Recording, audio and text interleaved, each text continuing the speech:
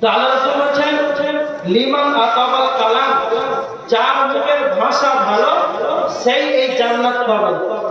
একটা কথা মনে রাখবেন, তিরমিজি শরীফের হাদিস, আল্লাহ রাসূল বলেছেন মান কানা ইউমিনু বিল্লাহি ওয়াল ইয়াউমিল আখির, যার আল্লাহর প্রতি ঈমান আছে এবং পরকালের প্রতি বিশ্বাস আছে, আল্লাহ রাসূল বলেছেন ফালিয়াকুল খায়রান, সে যেন ভালো ভালো কথা বলে।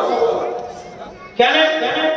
আপনি যেগুলো কথা বলবেন খুব সাবধান, ভালো ভালো কথা বলবেন, যেন আপনার এই ভাষা আপনি মুখ দিয়ে যা বের করছেন তা আপনার যে ফেরেশতা নিযুক্ত আল্লাহ করে রেখেছে সেই ফেরেশতা আপনার সব বিরোধ করছে, এটা আপনি সেই কিয়ামতের দিন সচক্ষে নিজে দেখতে পাবেন।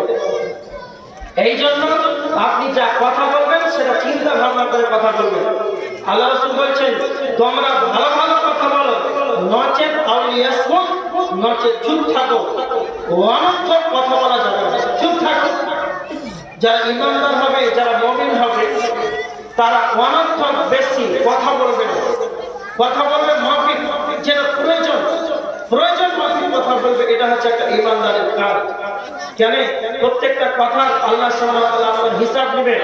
আপনি যা সকাল থেকে সন্ধ্যা, সন্ধ্যা থেকে সকাল আপনি যা মুখে বের করতেছেন এর হিসাব দিতে পারবেন? হ্যাঁ, একটা কথা মনে রাখবেন, আমল করে জান্নাত যা খুব কঠিন। কি করে বলেন তো? আপনি যদি বলেন আমি সারা রাত জেগে ইবাদত করব, সিয়াম পালন করব, এই আমল করে জান্নাত যা খুব কঠিন।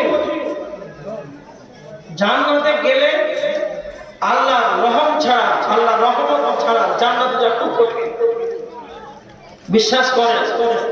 এই জন্য মুখের ভাষা এটা আল্লাহ আপনাকে দিয়েছেন, প্রয়োজন মাফিক খরচা করেন, তাহলে আপনার উপকার আছে, হিসাব আপনার সহজ হবে।